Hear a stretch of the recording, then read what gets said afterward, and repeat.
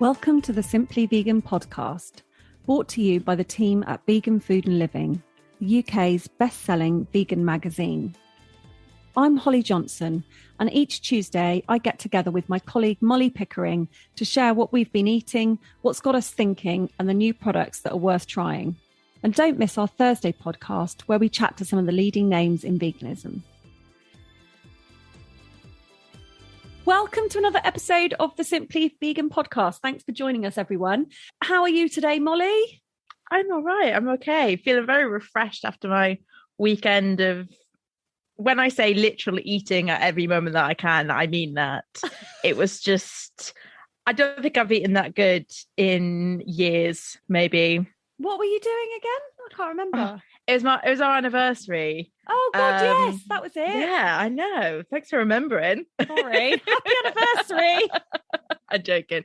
Thank you very much. Oh my gosh, yeah, we had such a lovely time. We went to I took the Friday off, so we went to Sweetmart, which is like a sort of Indian supermarket, and they've also got a deli, but they've just got the best sort of vegan sides, like onion bhajis and samosas and stuff, all gluten-free as well. Oh wow. And just so authentic and homemade. So got some of those, made some gluten-free pizzas. My friend's got a pizza oven, so we went around there, made some pizzas, got this amazing dough, gluten-free flour, which was just incredible. It was like it reminded me of Perezza pizza. I'm not trying to brag, but I'm that good. Kind of, right up there with the... Yeah, what? I am just the next Perezza, basically. What did you put on them, though? Because you don't like cheese. Oh, so we got this amazing mozzarella as well, which was amazing, converted. Oh, my gosh. I could eat it raw. That's how good it was. And I could never eat cheese raw. It was really nice. Can you remember what it's called? It was... So there's a pizza sort of oven pizza oven shop called Oni, Ooni, and they've got a groceries section on their website, but they've got so much vegan options on there, and that's where I got it from. I think it was just called like mozzarella, but spelt funny. Yeah. If you just type in best vegan mozzarella pizza UK, all of those words, it'll come up, and it's kind of like in a tube. It was amazing, so good. And then on Saturday we went to Flow, which is this vegetarian vegan little sort of fine dining restaurant. It's in the Bear Pit, so it's really hidden away. If you don't know what the Bear Pit is, it's this massive roundabout with just loads of little hidden stores and stuff, but only in Bristol. I love it. There's a restaurant on a roundabout. Yeah, it's just the way we rock, actually. But I took a picture of their menu and I just had to share it with you because it was amazing. So we had, not gluten-free, I will say this now, but we move. So I had sourdough fried salsa fry with artichoke puree and buckthorn mole, which was just amazing. Celeriac and Swede lacts, I think that's the word, lacts, Latkes.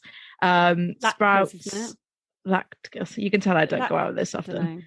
With a tahini and hazelnut sort of like sauce, and then we had woodland mushrooms, herb dumplings, braised shiitake, and red vine sorrel. Oh, so good. And we had like pickles and olives to start, and it was just all so fresh.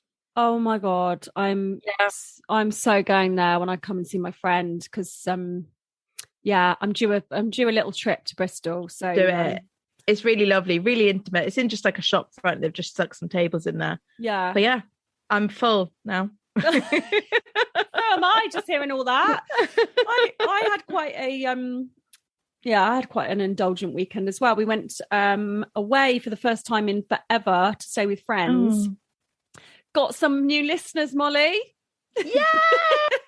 Welcome. I hope they're listening right now.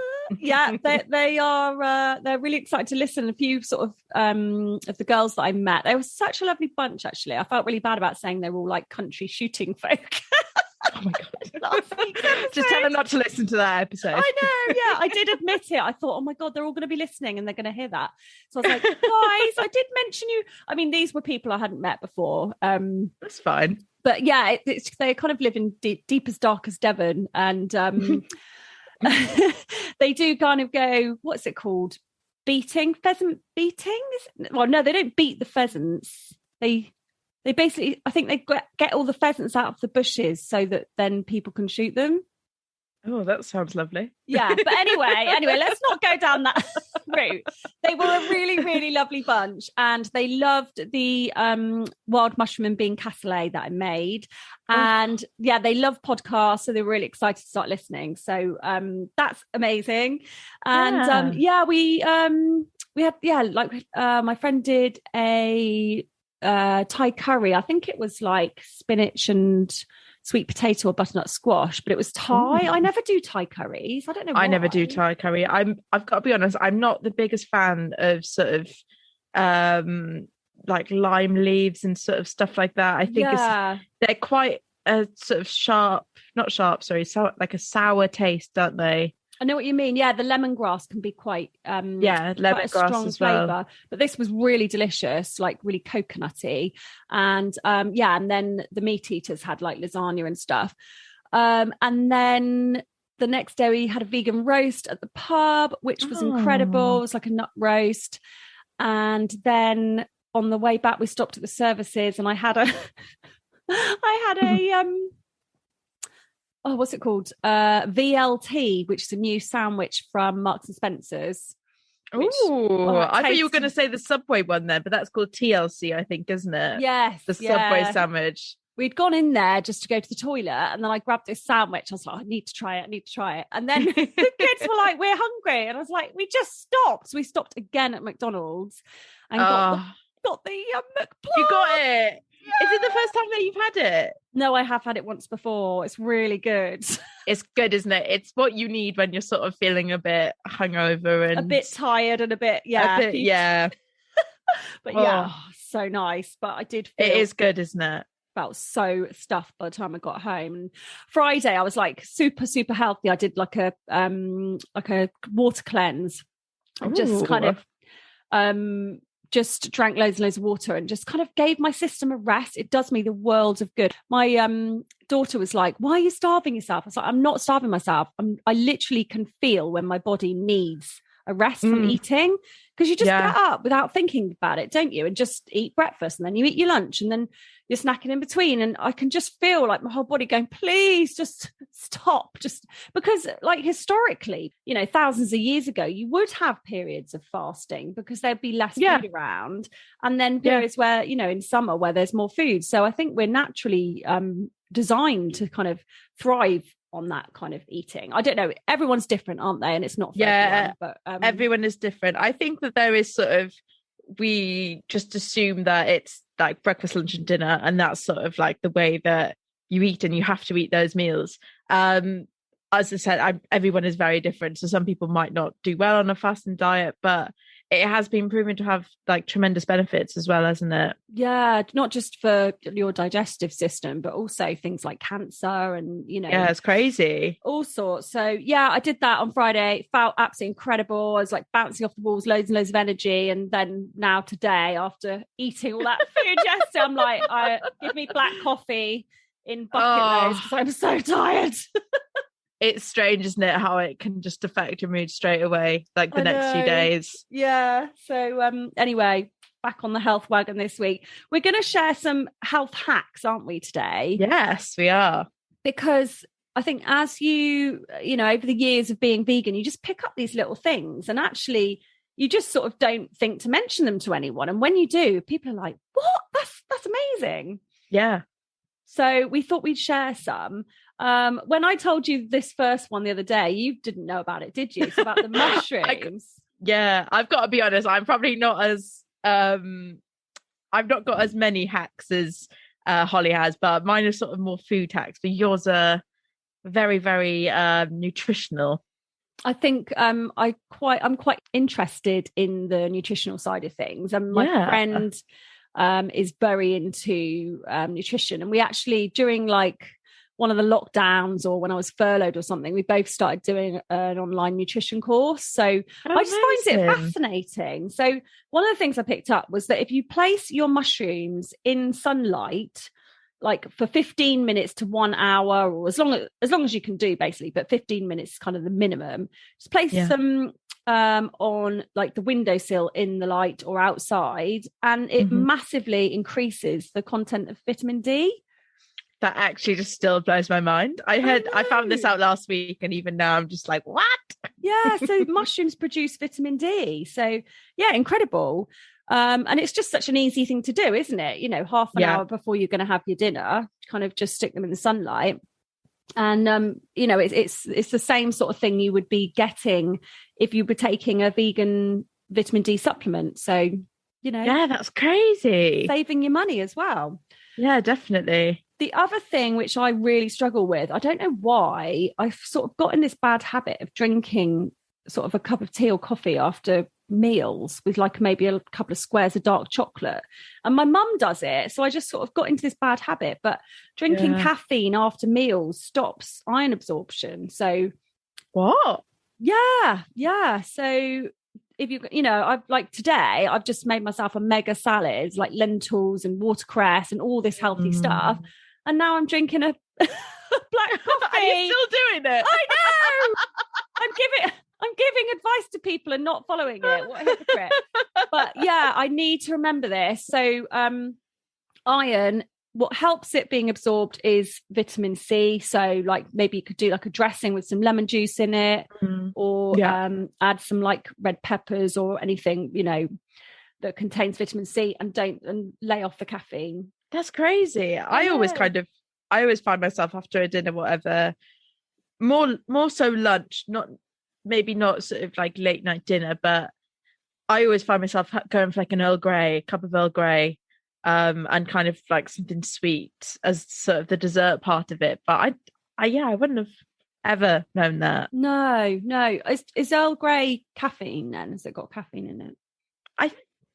I think so. I'm not 100% sure. I think it does. It's yeah. Nowhere does it say decaf. No, even green tea has caffeine in it, doesn't it? Like there's elements of it in a lot of things. Yeah, but also lots of goodness in green tea. Yes. Another thing is adding flaxseed to your meals, and also turmeric. So flaxseed is brilliant for your omega-3s, fatty acids, which obviously if you don't eat fish, then you need that. So chuck it in your smoothies, chuck it in, you know, like a sprinkle it over your salad, soups, those savoury muffins I was talking about last week, just stick some of that in there. And also if you mix it with water, it's a good egg replacement. So perhaps do some baking with it. I need to get on that. And turmeric is so good for us, and this is one I really forget to do, but like have like turmeric latte, or because you always think, oh, turmeric curry, and you're not going to be eating curry like every single day, are you? Turmeric's a hard one for me because I don't know why. I think sort of powdered turmeric, sort of when you have it in curries and stuff, there's something about the flavour I just don't enjoy. So perhaps having it in, say, like a drink, or as you say, like a latte or something, it might be a better way of sort of taking it in. Because I said to my partner yesterday, I was like, don't put any turmeric in. We were making tofu scrambles, like, don't put any turmeric in it. It's just like, you're on about all of these sort of health benefits and nutrition, and you don't want to add any extra turmeric in. It can be really, really bitter, can't it? I think you've got to just don't go overboard with it. Because if I do sort of accidentally chuck too much in my scrambled tofu, it is horrible. But you can balance it out with sweetness. So obviously with the turmeric latte, it's quite, you add some maple syrup or agave syrup or something like that. And the same with scrambled tofu. If I do add too much, I'll put a little bit of something sweet in there to balance it out. But it's so good in terms of like, you know, antioxidants and kind of disease fighting qualities. So let's hear yours then. So yours are all about cooking. So I have been trying to really cut down on sort of ultra processed foods. We've said it so many times. I think there's a danger of, when you become vegan, sort of relying on a lot of sort of ultra processed meat alternatives and other things like that. Which ironically we're going to be reviewing. I know. But they do have their place. I think that's what we've got to remember. And they're not all, they're not all super, super processed and full of salt and fat. Actually, some of them have very few ingredients and they're really high in protein. But anyway, carry on. Sorry. I was going to say, I think the ones that we are reviewing later on, they're very diverse in ingredients. So I think that's really useful. But anyway, back to my point. I have been sort of cooking mainly like curries and stuff with like just vegetable bases. And I think while that's really good, I do sometimes miss like a meaty texture. So I figured, I stole this idea from, he is sort of vegan cook influencer. His name's Zachary Bird. He's recently launched a book called The Vegetarian Butcher. Not the Vegetarian Butcher, sorry, the Vegan Butcher. That's the brand. I got that mixed up. And basically he was just saying about sort of how freezing tofu can give you different textures. So silken tofu, if you freeze that, sort of put it in a container with the liquid or without the liquid, I think, freeze it, defrost it, freeze it again, and then sort of defrost it and break it up, you get a fishy texture, so like really flaky. Wow. Yeah, it's really interesting. And sort of as like the firmness and stuff increases, so does the texture, so it can go really spongy and it'll absorb loads of the flavors from whatever you're doing. So that's really useful if you're sort of still wanting a bit of texture, a bit of meatiness, but not wanting to put loads of hefty processed stuff in there. Oyster mushrooms as well, just amazing. They are so meaty. I've been I keep getting them on offer. Every supermarket I go in, I'm looking for the little yellow reduced labels so that I can feed my addiction to oyster mushrooms. I did tacos the other day with them. They're amazing. Honestly, they're so good. We did a stew last night. We did like a Caribbean, it's meant to be like brown chicken stew, but we did it with oyster mushrooms, and oh my gosh, it was just so good. Leave it marinate sort of all day really in sort of the spices with the vegetables, and it just the consistency, it kind of went like a beef. It was really strange. Wow. But it was amazing, so good. And because you can do like pulled mushrooms with those, can't you? So you get two forks and just sort of pull them apart and then put your spices on or whatever. And they're amazing. I think they're kind of, people forget about sort of those ones, and king oyster mushrooms as well. I know we did a recipe, I think it was maybe in December, on the Vegan Food and Living magazine, and it was the Wagamama's chili squid recipe, and they used king oyster mushrooms with that, and it was just that's my favorite thing whenever I go to Wagamama's. So yum. Yes, that's amazing. All I've got. No, that's all good. I mean, I think it's just these little hacks and things that you learn as you go along, isn't it, that can really transform your cooking in definitely, and stop you having to rely on stuff that's sort of pre-packaged in the supermarkets. Well, shall we talk about our vegan meats then? Let's go. I'll just forget everything that I just said. Well, no, I think I spoke to a nutritionist on the podcast quite a few months ago, and she actually said that she has some of the vegan meats like about once a week, and she doesn't beat herself up about it because they do have a place. And just when you are shopping for them, just look at the ingredients, and if it's all red, high in salt, high in fat, then you're going to know that have it as a treat, but don't be buying it too much. And some of them are actually pretty healthy and like we said, high in protein. So Meatless Farm, which is a brand that's available at Tesco, Asda and Ocado, they've got some chicken breasts out. They're £3.50 for two, so probably, would you say, on a par with the price of chicken? I mean, not that we've bought it for a while, but I think it is. I'm sure I remember like going towards the end of my meat eating days when I was just becoming more uncomfortable with buying meat and slowly sort of buying. I'd only buy it if it was organic and free range and everything else. And it was the price was creeping up and up, for two chicken breasts, it would be like 5, 6, 7, 8 quid. Well, that's it. if you sort of pay them for sort of the higher quality ones. These are nice fat chicken breasts that did not involve any chickens having to be killed, which is amazing. And not too many ingredients in there either. I found them brilliant, absolutely brilliant, like really firm texture. Yeah. Realistic, but without being like slimy or anything like that. I mean, you know, they weren't so realistic that you're going to be like, oh my God, is this actually real meat? Yeah, I always find that it's a bit of a challenge as well with chicken alternatives. I think that it's quite easy to do like chicken nuggets or whatever, but anything else than that, the taste is a little bit off. But I was really impressed with these ones. They did a campaign with Levi Roots, which was sort of to do like a vegan jerk chicken. So I followed that recipe and it was amazing. I think that's on their Instagram, the Meatless Farm Instagram. Oh, brilliant. You're just so adventurous with your cooking. I'm just so bored, so like easily. I just get bored of food so quickly. Well, no, it's great. I mean, yeah, I try and mix it up, but you do end up with your same recipes, don't you, week in, week out. I did a chicken and mushroom stroganoff. Ooh. And I used like Oatly cream to sort of make it, you know, nice and creamy. And some white wine and garlic. And because my son hates mushrooms, I then just sort of gave him like more of the chicken, the chicken, and then we had sort of more of the mushrooms. So yeah, they were a big hit in our household. Yeah, they're lovely. And the next brand that we taste tested this week is called Future Farms. So it is a bit confusing. Meatless Farm, Future Farms. They're all farms. Yeah. Vegan farms. So this brand is available at Sainsbury's, Planet Organic, and the Vegan Kind supermarket, as well as a couple of others. They were £3.90 for the burgers and sausages and the chicken. And then they do a vegan tuna, which is £2.90.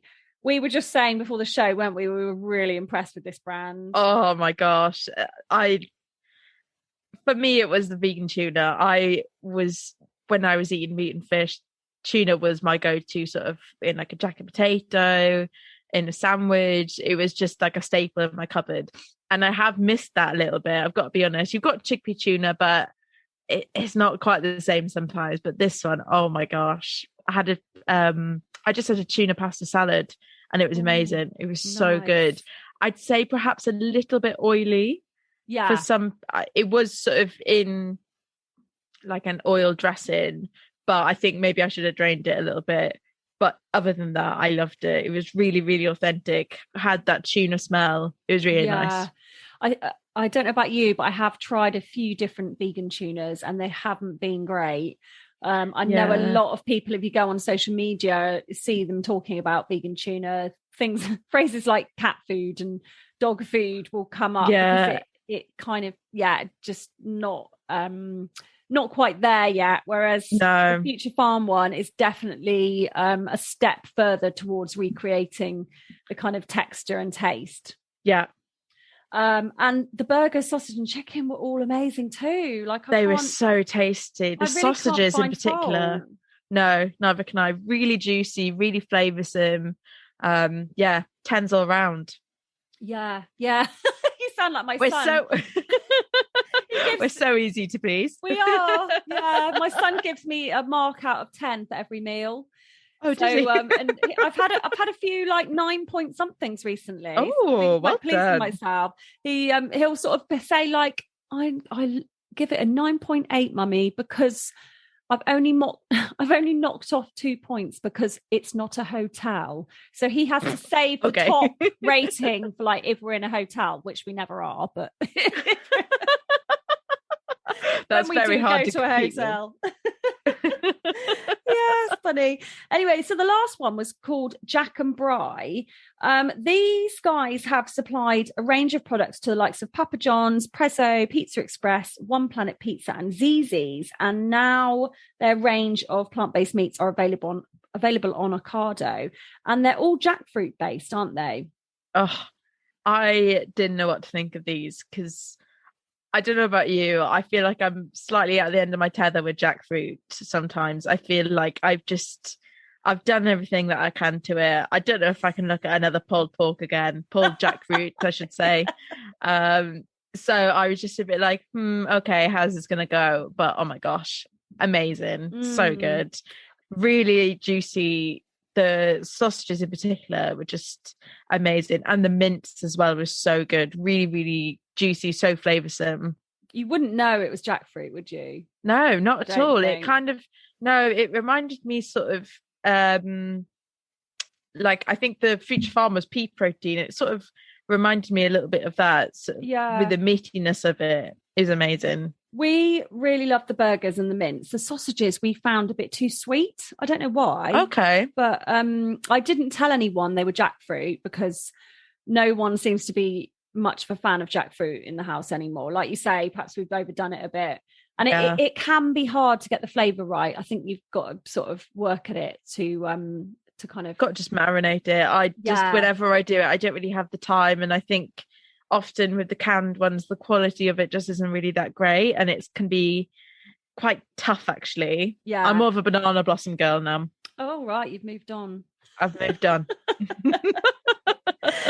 So for anyone who's wondering what on earth we're talking about, banana blossom is being used by a lot of sort of companies and people cooking at home as a replacement for fish, isn't it? So I know there is a fish and chip shop called the Chesil Chippy near to me, which is down on the Jurassic Coast, and they do the most amazing banana blossom fish and all these kind of different vegan options.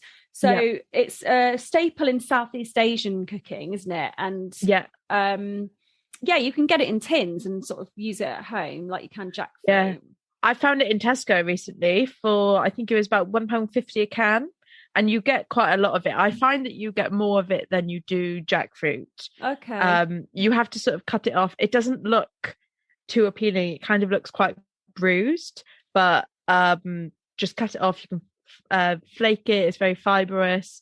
I love it. I've been recently using it for like hoisin duck pancakes. Damn you.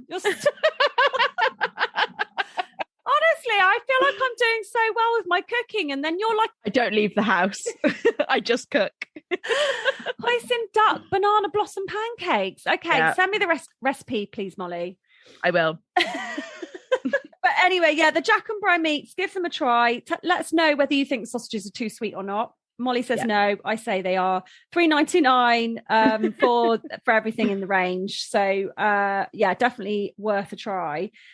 Let's get on to our questions and comments for this week. So we've had so many lovely emails lately, haven't we? Like we were saying last week. So many, like checking if we're all right. And if you're wondering why we had a bit of a gap, listen to last week's episode.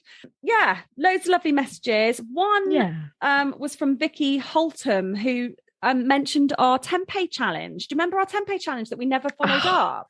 I know. Do you know what though? I have been looking for tempeh in supermarkets, and I don't know whether I've basically, long story short, I've got two Tesco's. One Tesco stocks it, and I don't go there that often. But the other one is where I go to all the time, and it doesn't stock it. So I just need to go to maybe an independent, like sort of health food shop and pick some up. I'm being lazy. I gotta be honest. Well, I did mine, Molly. So gold star for me. Well, there we go. I am being lazy, aren't I? I'm back in the game.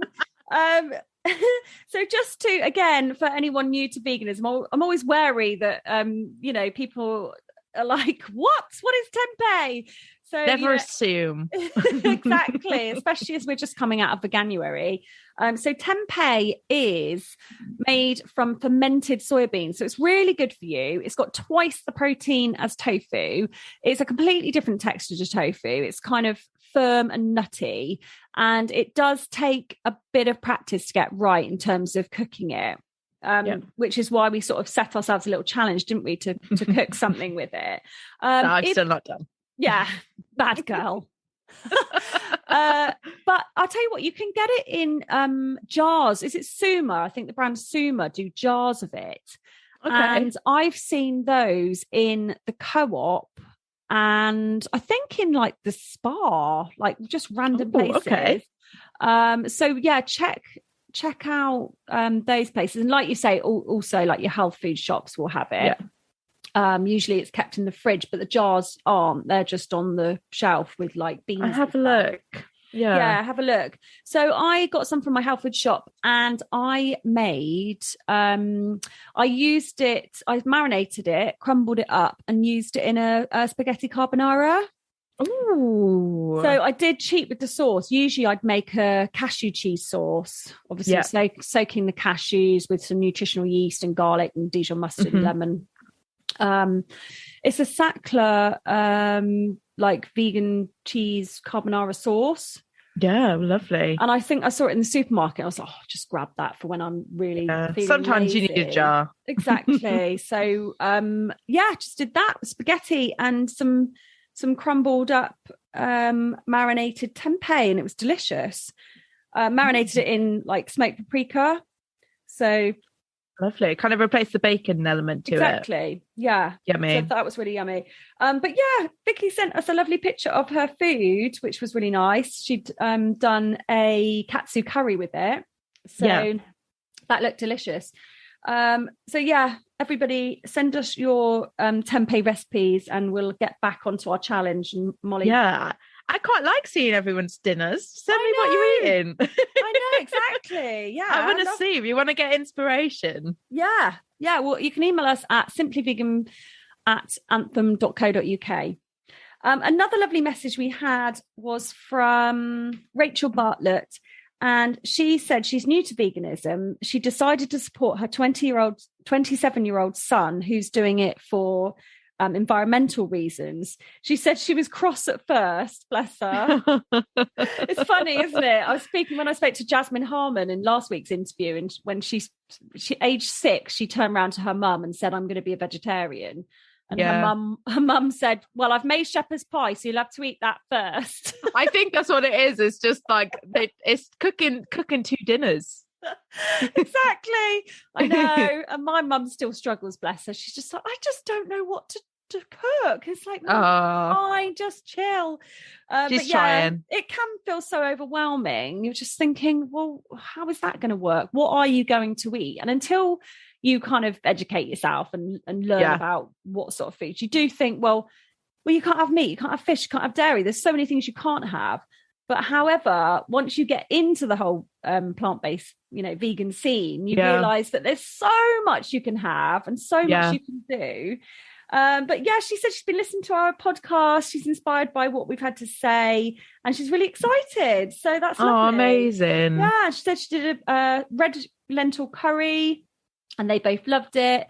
Any recipes and advice would be so appreciated. So, well, we hope you've picked up some tips this week. And we've talked about this before, haven't we? I mean, where do you get your recipes from? Do you just sort of use like blogs and stuff? Yeah, it's a range. Obviously, because I spend a lot of time on the Vegan Food and Living website because I work on there. Yeah. I'm just there constantly. So I sort of just go through their recipes, and there's just so much on there, and there's at least a recipe or 2 added a day. So I definitely recommend going on there. And then it just depends sort of what I've got in the cupboard, and I just sort of think of a recipe that I could use. I've often even gone a step further and just sort of veganize meat recipes. Do you know what I mean? And just kind of look at a recipe and be like, right, I can swap this out. And we're just so lucky that we're in that stage now where there are so many alternatives that you can just easily do that. Exactly. Yeah. You know, if you see cheese or butter, then, you can use a vegan alternative. And if you want to do it sort of on a whole food plant-based diet, then just kind of, it's just about learning. Like, for example, with the cheese, I just said you can use cashews to make like a cheese sauce, or you can use nutritional yeast, things like that. So yeah, it's kind of learning what would naturally replace the sort of non-vegan foods. Yeah. I love blogs because they're just on my phone, so I can just quickly, just go onto one of those. But I do love my cookbooks. I'm running out of space in my kitchen.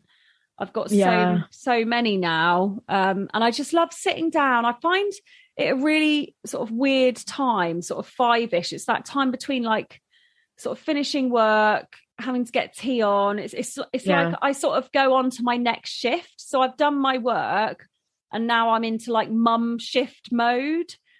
And it's almost like got my mum hat on. Yeah, exactly. And sometimes I don't want to go into mum mode. I just want to like chill out. And it's sort of I get changed. I always get changed because it's almost like my next shift. Sounds really weird. Stop. I do. I put on my like, comfy leggings or something. It makes sense though. Yeah, it does. And then I just like having that sort of 5-10 minutes just to sit down with one of my cookbooks and just having a little look through. I mean, I don't do this every night, but I especially do it at weekends. It's nice just to kind of flick through them. And yeah, just I've got loads. Katie Bescow is great. As we talked about last week, Leon, Bosch, Rebel Recipes, Nikki Webster, Fern Cotton. That's one of my favourites. I've done loads from hers. And I've got a good one recently. It's called, I've said it before, Spice Box. Yeah. All plant-based curries, so many different things in there, loads of dals, loads of like sides, chutneys, everything, and it's all sort of like whole foods. It's amazing. Go and get it now. I need to get that one. I don't have it. One other one I got sent actually was from some lovely girls. Basically, I went and did the River Cottage vegan cookery course a few years ago, back when Simply Vegan was a magazine still. Sob. And they were so lovely and really outgoing. And it turns out that they are kind of bloggers, like Instagrammers, and they run the account Healthy Twists. Okay. And so we kept in touch and they provided some recipes for the mag and stuff. And they've just released their first cookbook. It's called the Plant-Based Family Cookbook. And it's just really nice, simple meals that everyone enjoys and kids can enjoy.